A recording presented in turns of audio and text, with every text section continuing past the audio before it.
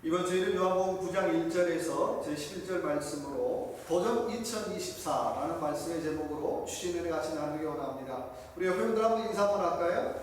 올 한 해도 수고하셨습니다 하고 한번 인사를 하셨습니다. 올해 대학 교수들이 뽑은 사자성어가 있습니다. 견리망의라는 한자죠. 견리망이라고 하는 한자의 뜻은 이익을 보자마자 자기의 의로움을 잇는다라고 하는 뜻입니다. 쉬운 말로 말하면 내 이익이 걸리면, 내 욕심이 걸리면 그것이 옳든 그르든 별로 상관하지 않고 덥석 붙잡는다라고 하는 것입니다. 그 다음으로 뽑힌 사자성어가 적반하장이라고 하는 사자성어입니다. 도리어 몽둥이를 든다는 뜻인데 흔히 하는 말로 방귀 낀 놈이 성낸다라고 하는 뜻이죠. 우리가 정치나 경제를 보면 하나같이 부정을 저지르는 사람이 잘못한 사람들이 큰 소리를 치는 거예요. 이게 참 안타까운 일이죠. 2024년 올 한 해를 되돌아보면서 과연 저와 여러분에게 맞는 한자, 사자성어는 어떤 사자성어가 맞는지 한번 되돌아보면 좋을 것 같아요. 저는 올 한 해를 마무리하면서 첫 번째 드는 감정이 후회라고 하는 것입니다. 그 후회라고 하는 감정은 조금 더 좀 잘했어야 되는데, 조금 더 열심히 했어야 되는데, 조금 더 최선을 다했어야 된다라고 하는 후회라고 하는 감정이 첫 번째로 듭니다. 두 번째 감정은 후회라는 감정의 연장선상으로 집중이라고 하는 단어예요. 조금 더 집중했어야 되는데, 조금 더 집중했다면 좋았을 걸 하는 아쉬움이죠. 여러분 뭐든지 집중해야 역사가 일어나요. 집중하지 않으면 역사는 일어나지 않습니다. 연말연시가 되면 또 파이어웍을 하는데요. 폭죽도 가만히 한번 보세요. 정확히 심지에 집중해야 뻥 하고 아름다운 불꽃놀이를 즐길 수가 있습니다. 정확히 심지에 집중하지 않으면 흐지부지하는 불발탄밖에 되지 않더라고 하는 것입니다. 여러분 신앙생활도 마찬가지예요. 저와 여러분이 집중할 때에 놀라운 역사, 놀라운 은혜가 일어나는 거예요. 집중하지 않으면 불발탄밖에 되지 않더라고 하는 거예요. 그래서 기도의 원자탄 이래야 되는데 기도의 불발탄, 말씀의 불발탄, 성김의 불발탄 참 우습지 않나요? 이런 영적인 불발탄이 되지 않기 위해서 오늘 저와 여러분의 주신 말씀을 통해서 2024년은 어떻게 살아야 될까를 같이 한번 고민하면서 나눠보는 시간 갖기를 원합니다. 첫 번째 주신 말씀은 인내라고 하는 단어입니다. 6절의 말씀 보니까 이 말씀을 하시고 땅에 침을 뱉어 진흙을 이겨 그의 눈에 바르시고 라고 말씀하고 있어요. 2024년을 살아가면서 우리에게 필요한 첫 번째 중요한 단어가 있다면 인내라는 거예요. 오늘 본문 말씀을 보니까는 예수님이 나면서부터 소경된 사람에게 침을 뱉다 진흙을 이겨 그의 눈에 바르고 계십니다. 늘 얘기했던 것처럼 침을 뱉는다는 것은 우리가 남이 아니야, 가족 같은 사이야, 우리가 친한 사이야 라고 하는 그런 뜻을 가지고 있다 그랬어요. 오늘 이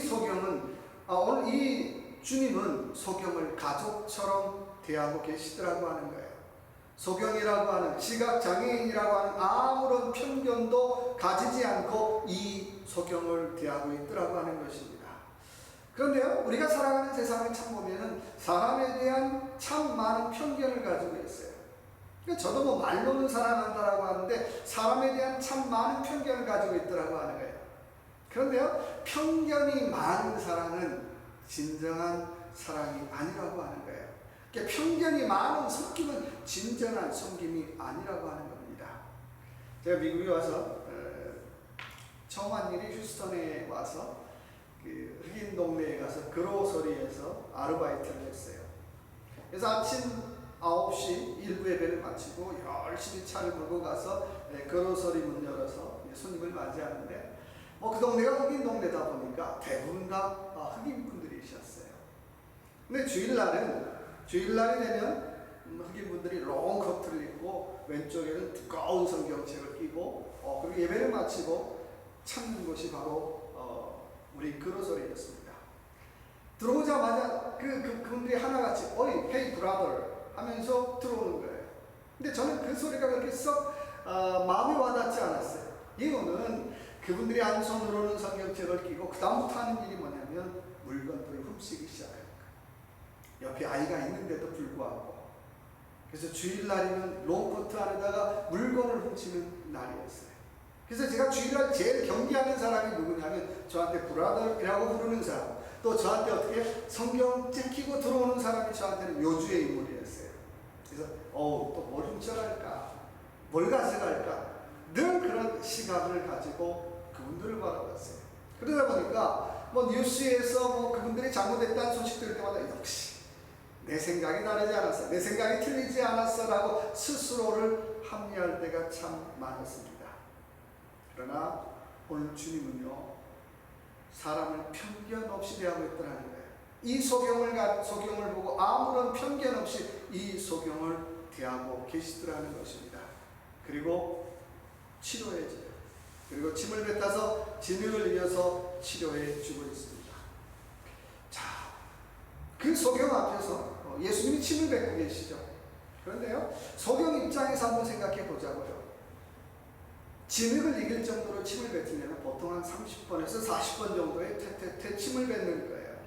지금 소경은 눈이 멀었지 귀가 먼 건 아니잖아요.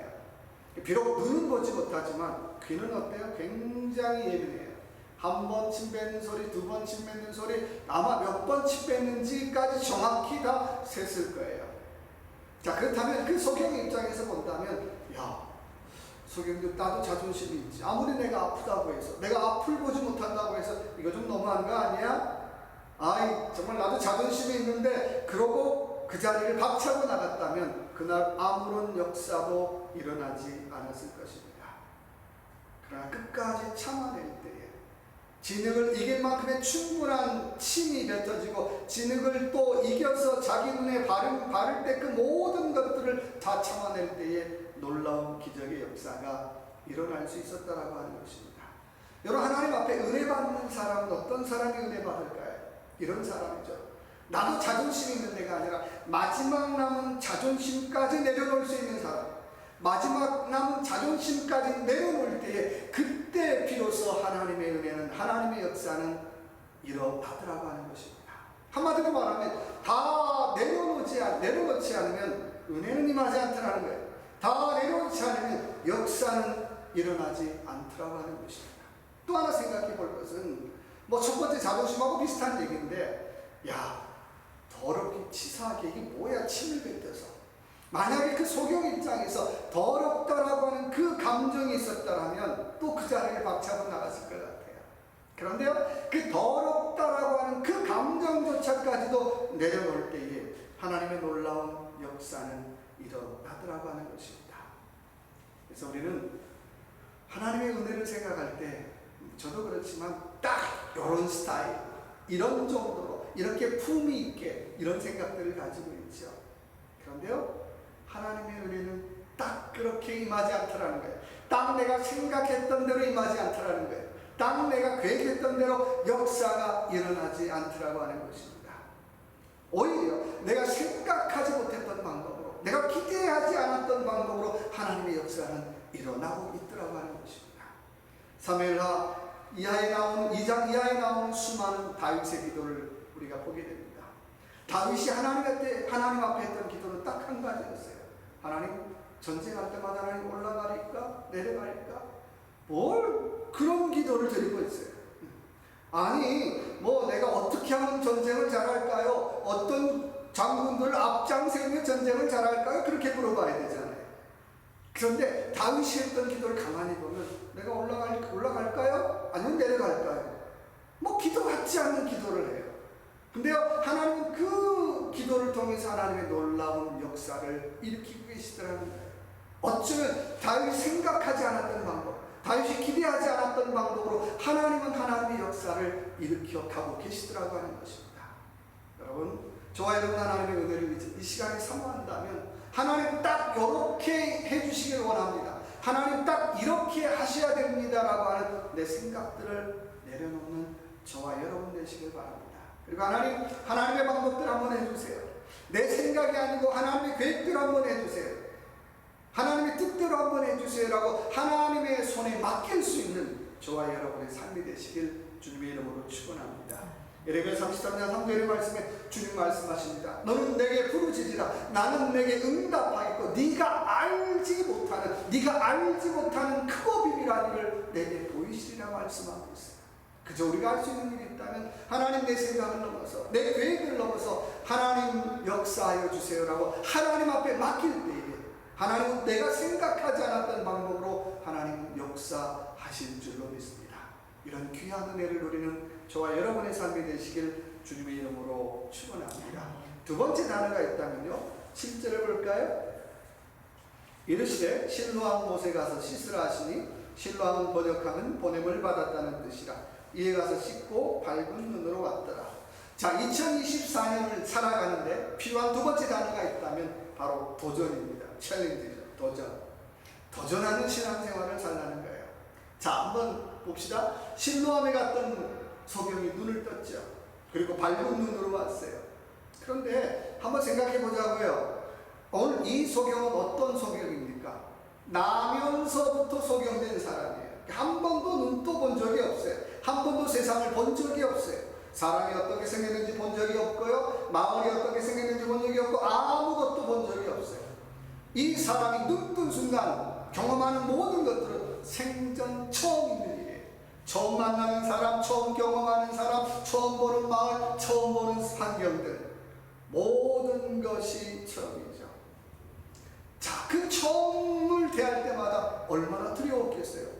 내가 생각했던 사람이 이런 모양이구나. 내가 생각했던 집이 내가 생각했던 집하고 어떻게 내가 보는 거하고 좀 다르네.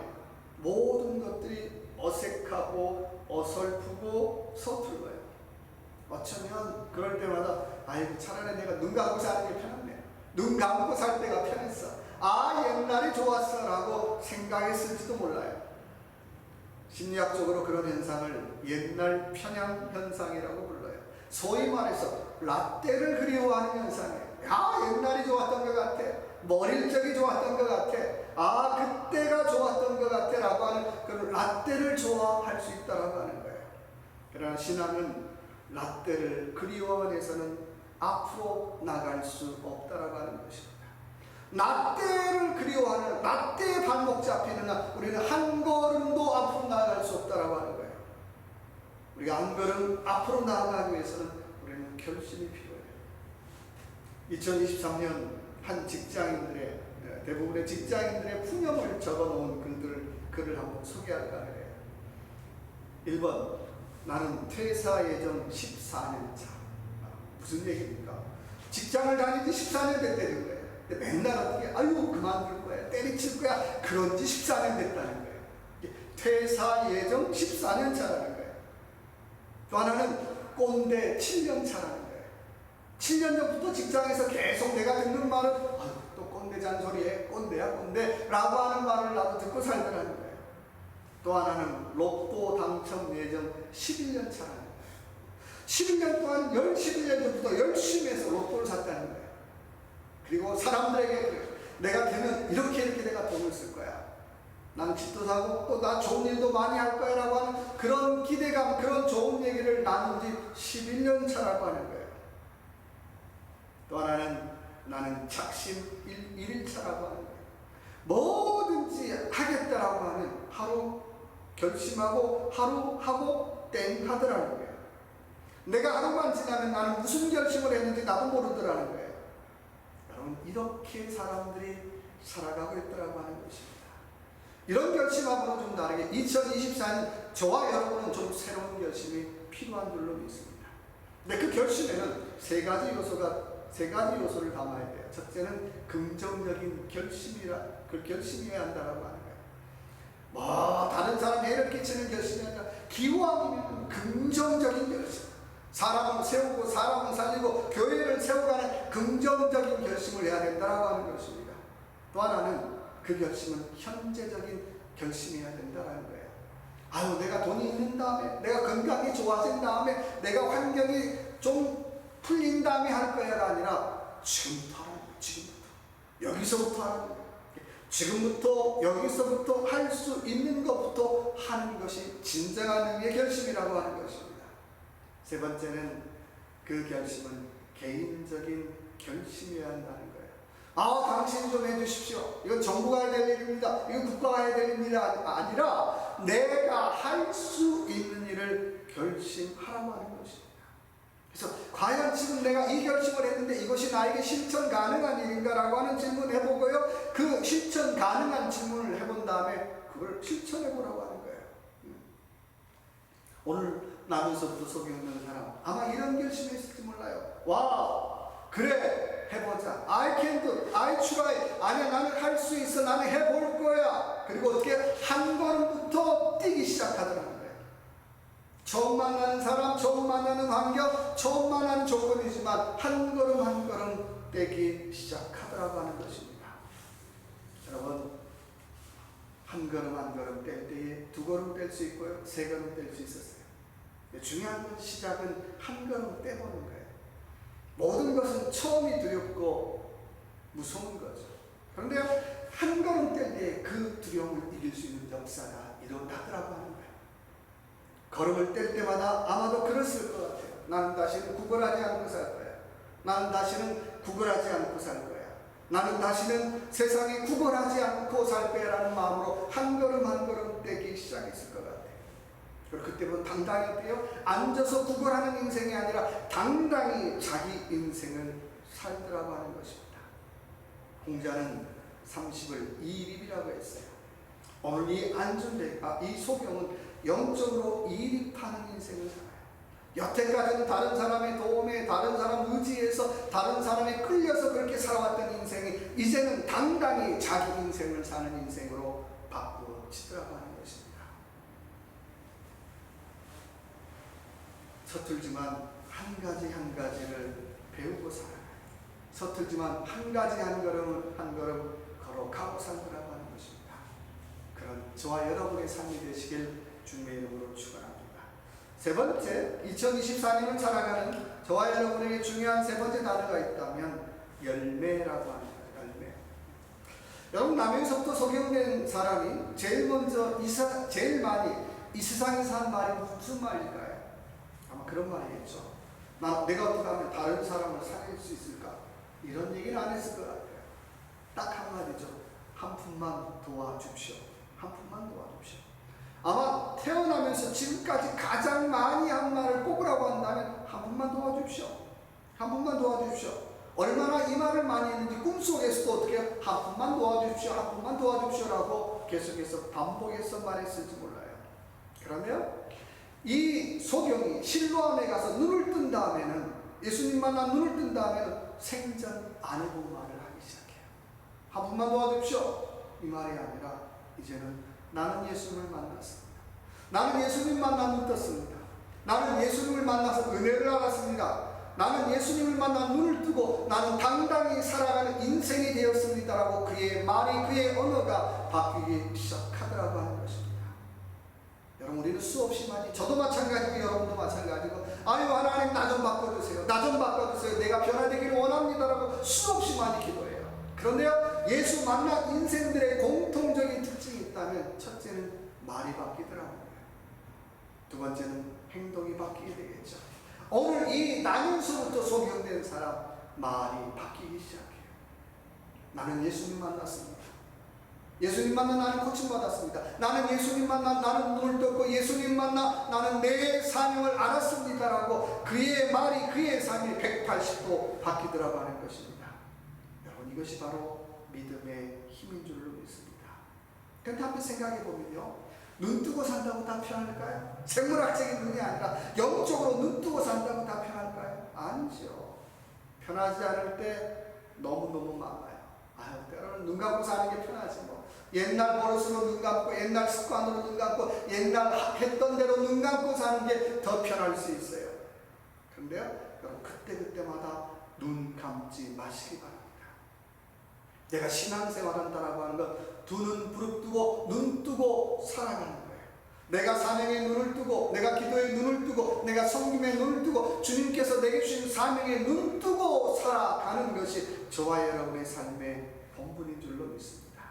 그래서 구걸하는 인생이 예수를 전하는 인생으로 살았어요. 늘 다른 사람 도움받던 인생이 이제는 다른 사람을 세워가는 인생으로 바뀌어졌어요. 늘 다른 사람에게 도움받던 인생이 이제는 다른 사람을 살려주는 인생으로 그의 삶이 바뀌더라고 하는 것입니다. 여러분, 저도 오늘 교회를 떠나지만 저도 어디를 가든지 간에 두 눈 부릅뜨고 내 사명에 눈 감고 살지 않겠습니다. 어딜 가든지 간에 내 사명에 눈 똑바로 뜨고 내게 주신 사명, 내가 감당해야 할 일들 감당하기를 원합니다. 마태복음 12장 33절의 말씀에 주님께서 말씀하십니다. 나무도 좋고 열매도 좋다 하든지 나무도 좋지 않고 열매도 좋지 않다 하든지 하라라고 말씀하고 있어요. 그 나무가 좋은지 나쁜지 어떻게 할까요? 열매밖에 없다는 거예요. 우리의 신앙이 좋은지 어떻게 할까요? 열매밖에 없다는 거예요. 저 목회도 마찬가지고 여러분의 신앙생활도 마찬가지예요. 우리가 아무리 하는 그 사람 좋은 사람입니다, 괜찮은 사람입니다, 열매가 나쁘면 나쁜 거예요. 특별히 우리가 신앙생활하면서 정말 좋은 열매를 맺는, 그래서 2024년에는 정말 우리가 구걸하는 신앙이 아니라 당당히 내게 주어진 일, 내가 감당해야 될 일을 감당하면서 좋은 열매 맺는 저와 여러분의 삶이 되시길 주님의 이름으로 축원합니다. 기도하겠습니다. 하나님 아버지, 2024년은 좀 인내하는